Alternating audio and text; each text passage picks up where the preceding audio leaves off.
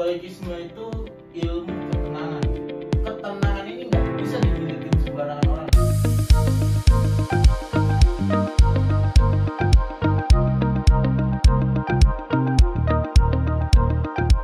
Assalamualaikum warahmatullahi wabarakatuh. Halo semuanya, selamat datang di podcast Kupu-Kupu ya. Kuliah pulang.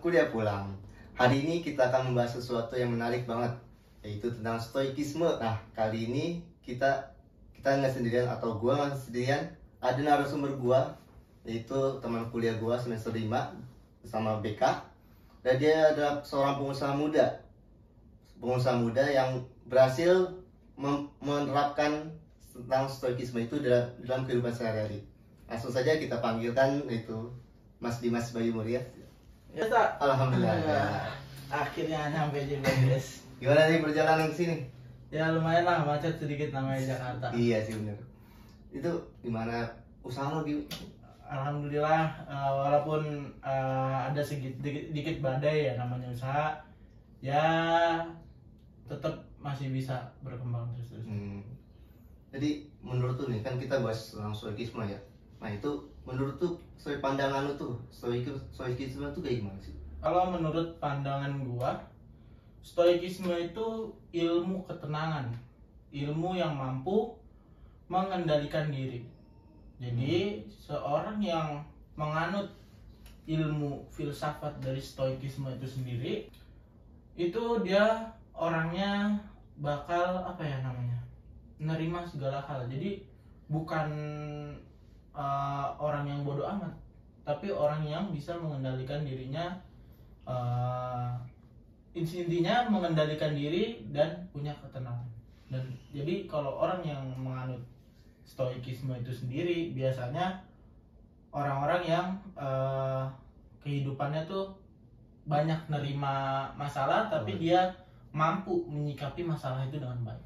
Gitu. Berarti agak tenang gitu orang stoikisme menghadapi masalah tersebut. Nah kalau lu kan usaha tuh, nah itu misalkan ada ujian-ujian lah gitu lah, misalkan di depan tuh lu nggak tahu nih halangannya apaan. Nah itu lu emang ada planningnya apa dari planning gitu? Betul Des. Jadi orang yang nganut stoikisme itu biasanya sebelum dia mengalami bencana atau sebelum dia mengalami tantangan atau rintangan, dia tuh selalu memfokuskan dirinya. Jadi fokus di sini tuh dalam artian dia itu sudah mempersiapkan, Des.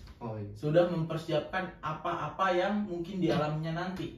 Jadi semisal dalam kehidupan sehari-hari, kita ambil simpelnya aja, Des. Yeah. Misalkan kita berangkat ke kampus nih, ke Unindra. Yeah. Kita nggak tahu nih kapan waktu itu hujan gitu. Yang kita persiapkan apa kalau kita naik motor? Jas hujan. Betul. Kita udah menyiapkan jas hujan. Begitu pula orang yang menganut stoikisme, Des. Jadi seseorang yang menganut stoikisme itu dia bakalan merancang bagaimana ketika dia mau menghadapi sebuah masalah. Jadi dia rancang apa nih nanti resikonya ke depannya itu apa. Misalkan kalau dalam usaha gua, Des, misalkan nanti amit-amit lah ya, ada ya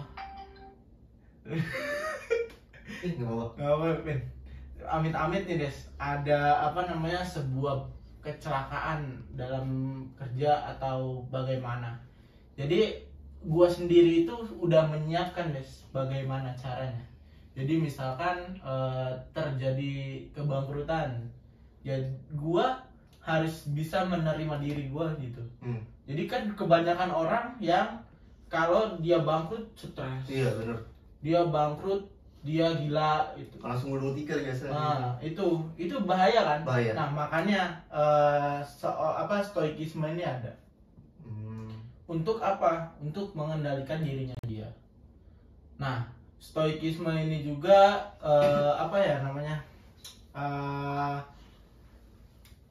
cara manusia itu biar ini, Des, selain mampu mengendalikan diri dia sendiri tuh, dia tuh tenang. Nah, ilmu ketenangan ini nggak bisa dimiliki sembarangan orang, guys. Maka dari itu, kalau stoikisme itu sebenarnya menurut gue Iya. pribadi, guys, Iya. itu dilatih secara pelan-pelan. Bagaimana kita merubah mindset kita dari awal, bagaimana kita merubah mindset yang tadinya pernah nggak deh segini, harapan lu tuh nggak sesuai sama kenyataan. Oh, pernah. Sering Sering banget itu.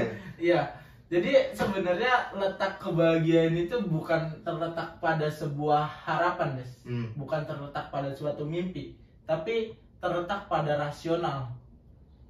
Yakin nggak kita sama harapan itu? Jangan kita mimpi misalkan gini, guys.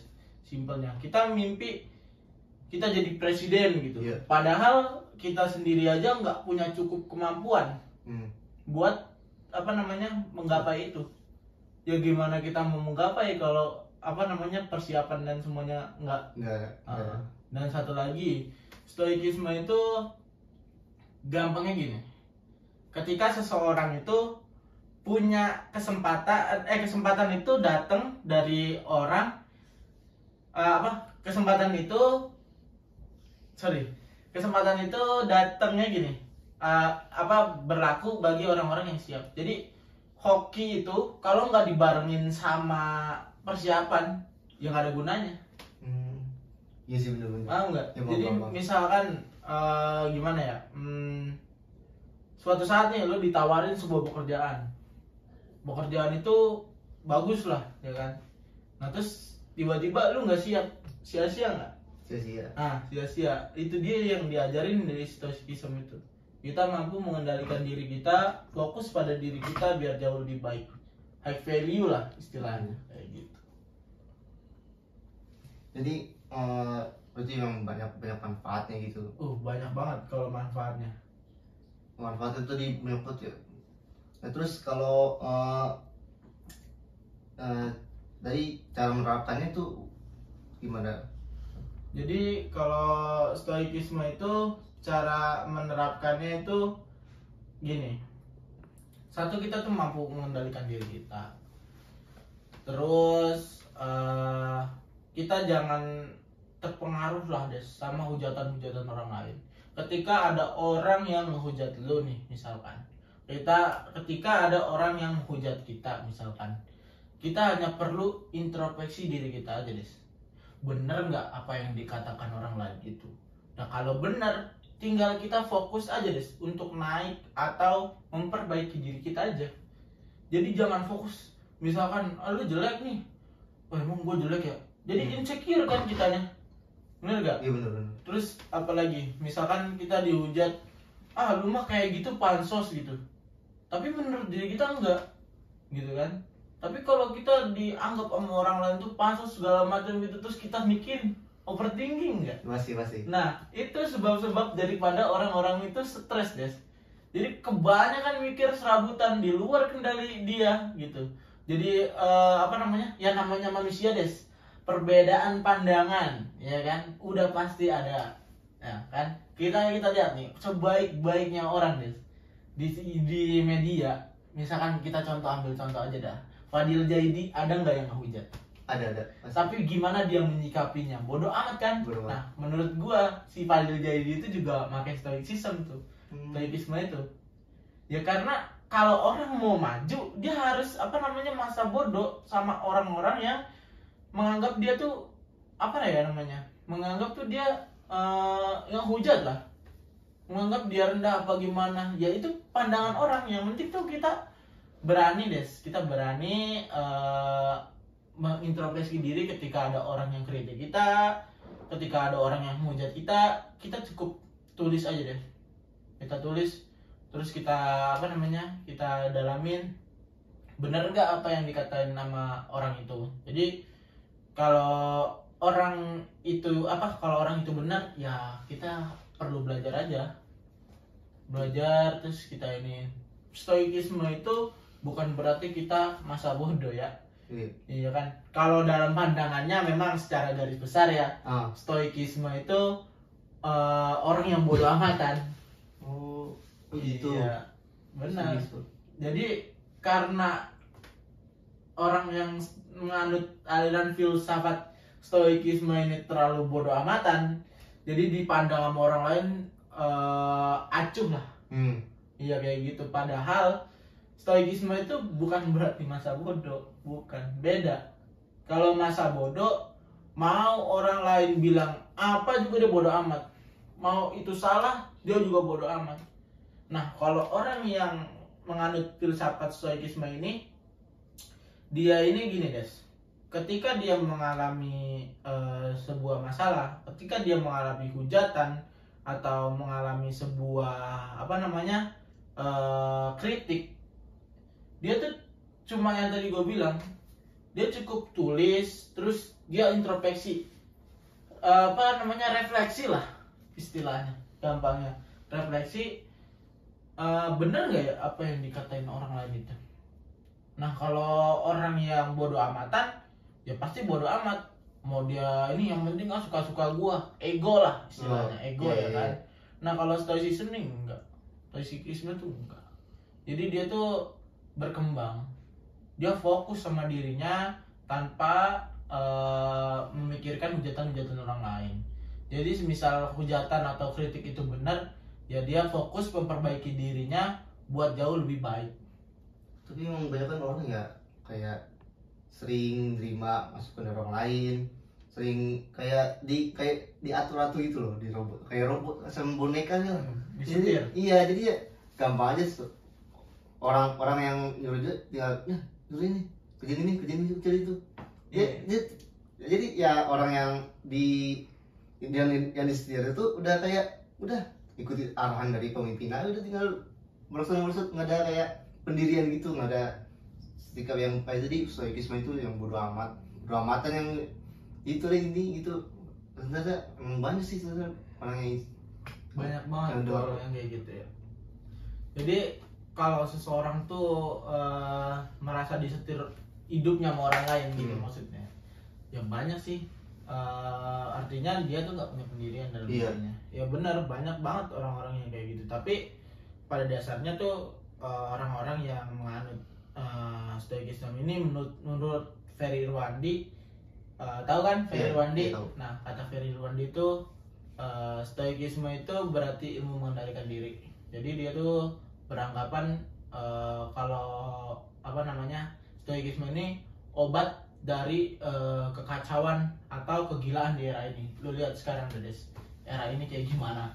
Kalau kita di media sosial bermain medsos Des, ya kan, misalkan banyak banget orang yang kita baru upload ini aja udah di komen nih, gak jelas kan, hujatannya gitu. Iya kan, makanya kalau di era kegilaan saat ini kita nggak bisa merubah mindset kita menjadi orang yang stoikisme, wah udah pasti kita gila bener. Karena ya tadi yang gue bilang, stoikisme ini kan ilmu mengendalikan diri. Kalau seseorang itu nggak bisa mengendalikan dirinya gimana? Gila. Iya kan? Sebelum kita lanjut ke materi selanjutnya nih, kita minum dulu. Ya. Dari tadi nungguin di minum. Gue lupa ada minum ini. Makanya udah disiapin dari awal ya. Berarti nanti mengasihkan ngobrol tuh. Minum.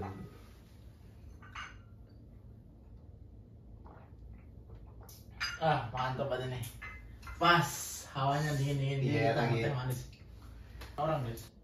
Maka dari itu kalau stoikisme itu sebenarnya menurut gue pribadi guys, itu dilatih secara pelan-pelan. Bagaimana kita merubah mindset kita dari awal, bagaimana kita merubah mindset yang tadinya, pernah nggak dia segini, harapan lu tuh nggak sesuai sama kenyataan. Oh pernah. Sering banget. Iya. Jadi sebenarnya letak kebahagiaan itu bukan terletak pada sebuah harapan, guys. Bukan terletak pada suatu mimpi, tapi terletak pada rasional. Yakin nggak kita sama harapan itu? Jangan kita mimpi misalkan gini, guys. Simpelnya, kita mimpi kita jadi presiden gitu. Padahal kita sendiri aja nggak punya cukup kemampuan buat menggapai itu. Ya gimana kita mau menggapai kalau persiapan dan semuanya enggak. Dan satu lagi, stoikisme itu gampangnya gini, ketika seseorang itu punya kesempatan itu datang dari orang, kesempatan itu datangnya gini, berlaku bagi orang-orang yang siap. Jadi hoki itu kalau nggak dibarengin sama persiapan ya nggak ada gunanya. Iya sih, bener-bener. Paham nggak? Ya, Jadi paham. misalkan gimana ya, suatu saat nih lo ditawarin sebuah pekerjaan itu bagus lah ya kan.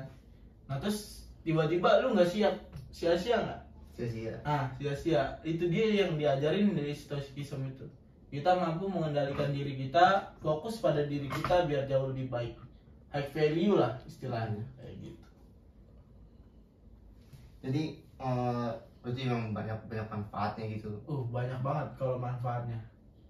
Manfaat itu di menyangkut ya. Nah terus kalau dari cara menerapkannya itu gimana? Jadi kalau stoikisme itu cara menerapkannya itu gini. Satu, kita tuh mampu mengendalikan diri kita. Terus kita jangan terpengaruh lah deh sama hujatan-hujatan orang lain. Ketika ada orang yang menghujat lu nih misalkan, ketika ada orang yang menghujat kita misalkan, kita hanya perlu introspeksi diri kita aja des. Bener nggak apa yang dikatakan orang lain itu? Nah kalau bener, tinggal kita fokus aja des untuk naik atau memperbaiki diri kita aja.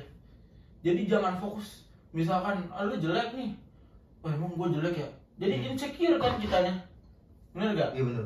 Terus apalagi misalkan kita dihujat, lu mah kayak gitu pansos gitu, tapi menurut diri kita enggak gitu kan. Tapi kalau kita dianggap sama orang lain tuh pansos segala macam gitu, terus kita mikirin, overthinking enggak? Masih. Nah itu sebab-sebab daripada orang-orang itu stres des. Jadi kebanyakan mikir serabutan di luar kendali dia gitu. Jadi ya namanya manusia des, perbedaan pandangan ya kan udah pasti ada ya kan. Kita lihat nih sebaik-baiknya orang des di media, misalkan kita ambil contoh aja dah, Fadil Jaidi, ada nggak yang ngehujat? Ada pasti. Tapi gimana dia menyikapinya? Bodoh amat kan? Bodoh amat. Nah menurut gua si Fadil Jaidi itu juga pakai stoicism tuh. Stoicisme itu ya karena kalau orang mau maju dia harus masa bodoh sama orang-orang yang menganggap dia tuh menganggap tuh dia yang hujat lah, menganggap dia rendah apa gimana ya, itu pandangan orang. Yang penting tuh kita berani mengintrospeksi diri ketika ada orang yang kritik kita, ketika ada orang yang menghujat kita cukup tulis aja deh. Kita tulis, terus kita kita dalamin bener nggak apa yang dikatain nama orang itu. Jadi kalau orang itu benar ya kita perlu belajar aja, terus kita ini. Stoikisme itu bukan berarti kita masa bodoh ya. Iya kan, kalau dalam pandangannya memang secara garis besar ya, stoikisme itu orang yang bodoh amatan. Gitu. Iya, benar. Jadi karena orang yang menganut aliran filsafat stoikisme ini terlalu bodoh amatan, jadi dipandang sama orang lain acuh lah. Iya kayak gitu. Padahal stoikisme itu bukan berarti masa bodoh, bukan, beda. Kalau masa bodoh, mau orang lain bilang apa juga dia bodoh amat, mau itu salah dia juga bodoh amat.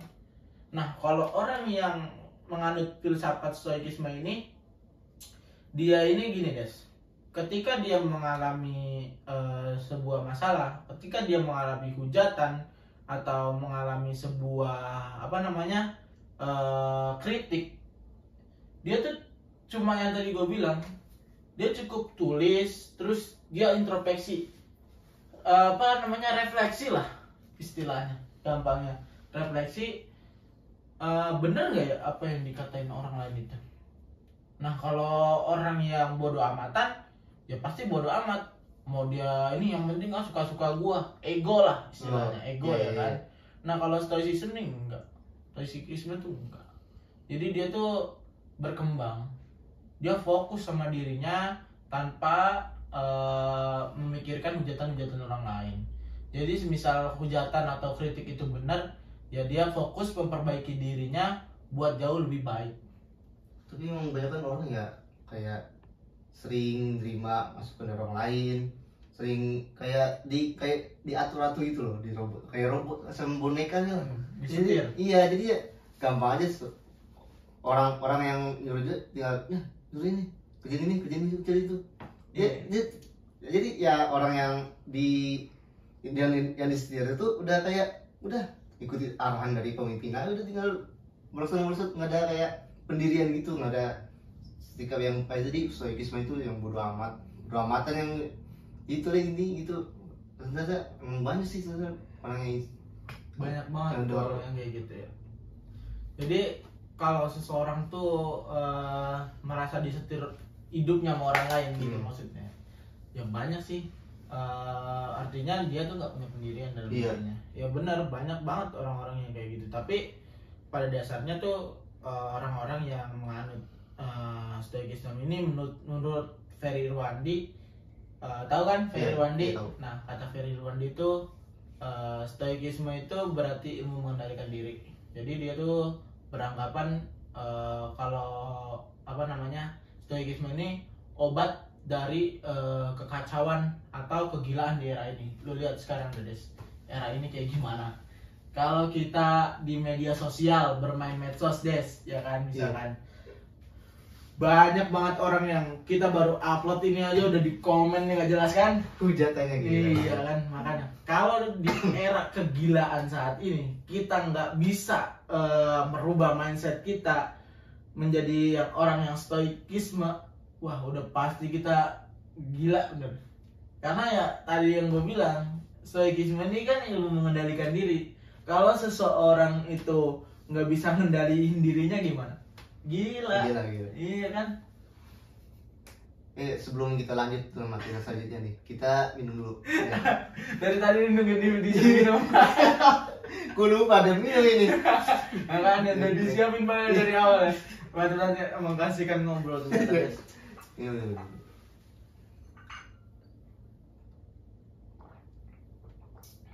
Mantap aja nih. Pas, hawanya dingin. Iya, lagi. Teh manis. Prinsip stoikisme. Nah, menurut pribadi lu nih, apa sih prinsip-prinsip stoikisme yang bisa diterapin di dalam kehidupan sehari-hari lu? Jadi ini Des, menurut stoik, jadi dia bilang kita hidup ini buat bahagia. Dan yang gua tahu cara kita buat bahagia itu caranya ini tadi kita udah bahas. Kendaliin diri kita. Misalkan gini Des, ada orang yang ngolok-ngolok kita, ada orang yang ngejelek-jelekin kita secara langsung, ngata-ngatain. Kalau anak-anak zaman dulu mah main kata-kataan bapak ya kan. Kita kan nggak bisa Des ngendaliin dia, ya kan? Kita nggak bisa ngendaliin dia buat dia nggak berlaku seperti itu. Itu tuh tinggal reaksi kita itu aja gimana Des. Marah nggak kita digituin. Sebenarnya kalau kita nggak marah tuh orang bakal diem aja, udah nggak bakal ngeledek-ledekin lagi. Karena yang bisa kita kendalikan itu bukan orang lain, tapi diri kita sendiri. Itu prinsip daripada filsafat stoikisme itu. Tapi terkadang ya kalau misalkan kita diem aja tuh, tapi kadang-kadang orang-orang yang ngejekin kita itu balik lagi ngejekin itu sampai kita benar-benar sakit gitu loh. Ya memang yang tadi udah gue bilang Des, jadi yang bisa kita kendalikan itu diri kita, bukan orang lain. Jadi lawan terberat kita tuh sebenarnya diri sendiri, bukan orang lain. Ketika kita bisa mengendalikan diri kita, otomatis kebahagiaan itu menghampiri kita. Asik kan? Keren kan? Iya. Jadi itulah prinsip daripada stoikisme itu sendiri. Selanjutnya itu apa sih? Betapa penting menurut tuh nih, betapa pentingnya sih seseorang punya pemikiran yang stoikisme. Nih, tahu pohon bambu kan ya Des? Nah, jadi kalau bagai pohon bambu nih kena angin, dia kan bungkuk nih saat badai datang ya kan? Bungkuk, coba bayangin pohon bambu kena angin kan sampai ke bawah gitu kan, bluk. Tapi saat badai itu berlalu, Des, tegak lagi dia. Artinya apa? Iya kan? Artinya mau banyak mau banyak masalah, mau banyak rintangan, tantangan, mau seberat apapun itu, kalau dia menghadapinya dengan kuat, dengan tegar, penuh keikhlasan, stoikisme yang tadi kita bahas itu, ya nggak akan ada apa-apanya. Efeknya justru lebih baik buat diri kita sendiri. Berdasarkan pengalaman seperti ini misalkan, kita tuh udah tahu bakal diterjang sebuah masalah, tapi kita udah siap gitu. Yang tadi kita udah bahas tuh. Jadi ketika kita udah siap menghadapi rintangan-rintangan tersebut, ya rintangan itu bukan apa-apa kayak gitu. Jadi pada pemikiran filsafat stoikisme itu sendiri, kenapa penting? Ya untuk menjaga kestabilan emosi juga sebenarnya, biar kejahatan itu datang kepada kita nih, misalkan biar kata kejahatan itu terus-terusan datang menghampiri hidup kita. Banyak orang yang mengolok-olok kita, orang yang merendahkan, orang yang misalkan di ini Des, apa sih namanya, lupa lagi, digambarin. Bukan, jadi ketika seseorang itu merasa nggak berguna gitu, jadi orang tuh ngelihatnya kayak emang dia bisa kayak gitu, apa sih namanya, diragukan sama orang lain. Ya itu sebenarnya kita bukan fokus pada titik apa yang dibicarakan orang itu. Kita fokus aja sama apa yang ada dalam diri kita kembangin. Kalau menurut orang lain kita kayak gini, kita buktiin aja.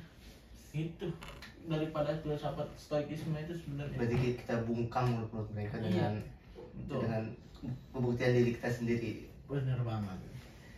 Nah, menurut lu stoikisme itu secara maksudnya kasar apa lembut Pak? Ya gimana maksudnya? Jadi kayak maksudnya emang udah maksa diri buat udah bodo amat lah. Ya, enggak dong. Enggak begitu. Enggak begitu dong. Karena filsafat stoikisme itu lebih daripada bukan bodo amat tadi yang kita udah bahas, itu bukan bodo amat, tapi lebih daripada itu tuh kita menganggap ini ilmu ketenangan sebenarnya, lebih gampangnya. Tenang menghadapi situasi, tenang menghadapi sebuah masalah, terus tenang untuk bereaksi. Yang namanya kita diledek orang, dijelek-jelekin orang, ya pasti kita ada reaksi lah. Ada. Ya nggak mungkin manusia nggak pernah marah, ya kan? Nggak mungkin kita diginin diem aja. Ya stoikisme tuh bukan berarti kita diolok-olok orang tuh kita nganuin dia gitu. Jadi stoikisme ini kalau kita diajak orang, ya kita buktiin aja.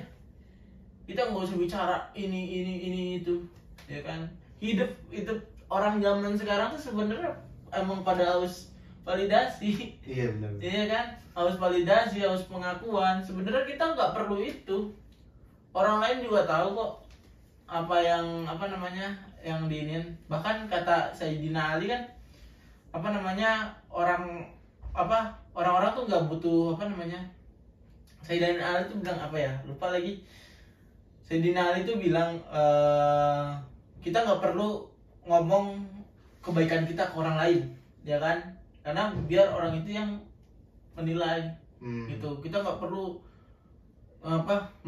menilai diri kita sendiri, kayak kita tuh punya keadaan ini kayak gini gitu, biarin orang lain yang melihat kita gitu. Nah lu kan udah nerapin nih dari selama stoikisme ini. Mulai dari kapan sih lu mulai menerapkan tentang stoikisme ini? Karena menurut gue ya, gue temenan sama lu dari SD nih. Gue liat dari SD tuh orang culun, polos, gampang banget dibully lah sama itulah. Itu karena tiba-tiba lah Dimas udah punya usaha sendiri, kuliah juga bareng sama gue, lu sama semester 5 jurusan BK. Nah itu apa sih, mulai dari kapan gitu? Sebenarnya waktu itu kan SD ya, kita bareng tuh. Gue tuh emang belum banyak belajar tentang stoikisme ini. Gue juga baru ketemu stoikisme ini waktu gue nginjek SMP. Kita kan SMP kan pisah nih, guys, ya kan.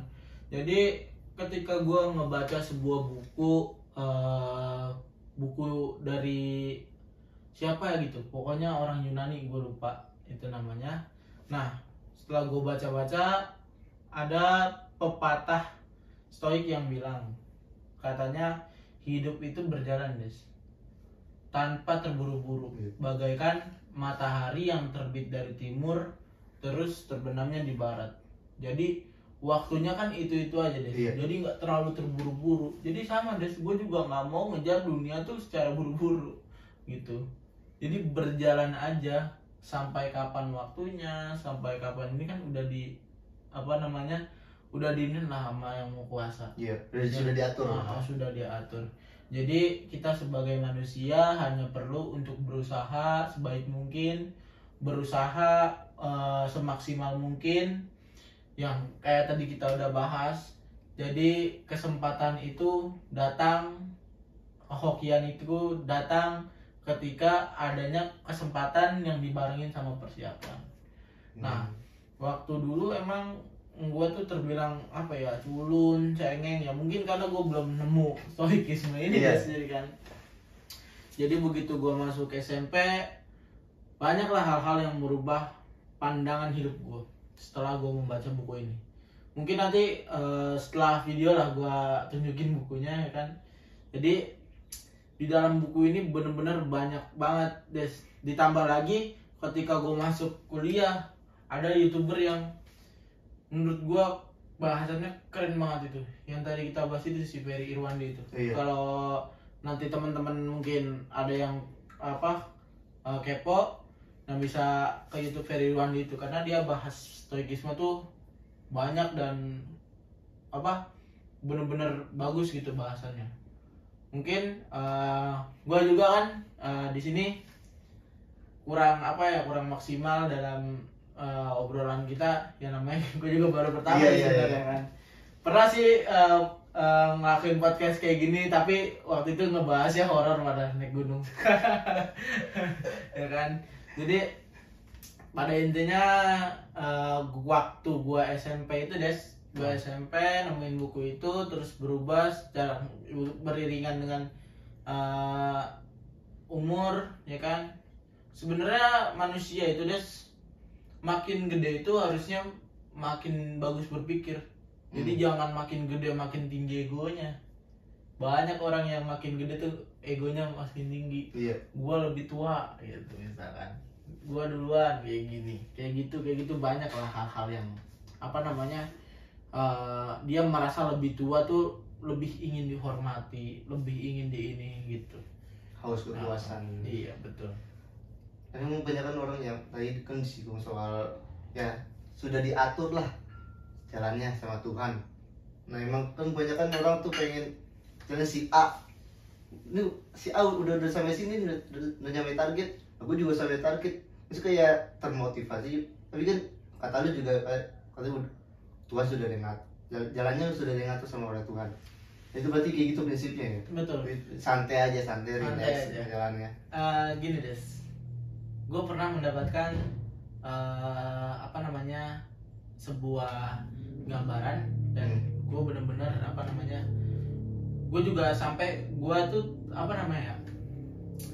merinding lah setelah gue dalemin, setelah gue ini. Jadi gini, Des, gue pernah naik gunung Ciremai itu sama teman-teman gue. Gue berangkat jam, kalau nggak salah gue jam 3:30 pagi, ya kan. Gue sampai di atas itu jam 7 pagi. Isinya badai, Des, badai. Tapi ada juga orang-orang yang summit attack itu dari jam 7 pagi, Des, terus sampai sana jam 10. Dan yang jam 10, yang jam 7 trekking itu, summit attack itu, dia dapat cerah berbanding balik dengan gua yang 3:30 tapi jam 7 dapat badai. Paham gak deskripsi? Paham. Jadi yang cepat itu belum tentu berhasil, dan yang lambat itu belum tentu gagal. Makanya filsafat stoikisme ini dibutuhkan, Des. Jadi orang itu bisa nerima dirinya dia sendiri, itu yang pertama. Yang kedua, orang itu mampu mengendalikan dirinya dia sendiri. Yang ketiga, orang ini apa ya namanya, bukan bodoh amat ya, yang tadi gue bilang bukan bodoh amat. Jadi dia tuh bisa apa ya namanya, bisa apa, mungkin seperti misalnya nggak harus validasi, dia nggak harus apa namanya, nggak harus jadi apa yang diinginkan orang lain. Dia bisa fokus sama dirinya sendiri biar dia bisa berkembang sesuai dengan apa yang dia mau, apa yang dia tuju gitu. Berarti memang ya gitulah ya, biar relax, santai, jalannya jangan terburu-buru. Asalkan sesuai target, tap yang ini bertahan, yang ini kayak tangga lah, satu sampai ke atas puncak. Iya, kalau kata orang Jawa, alon-alon asal Asal lakon. Iya.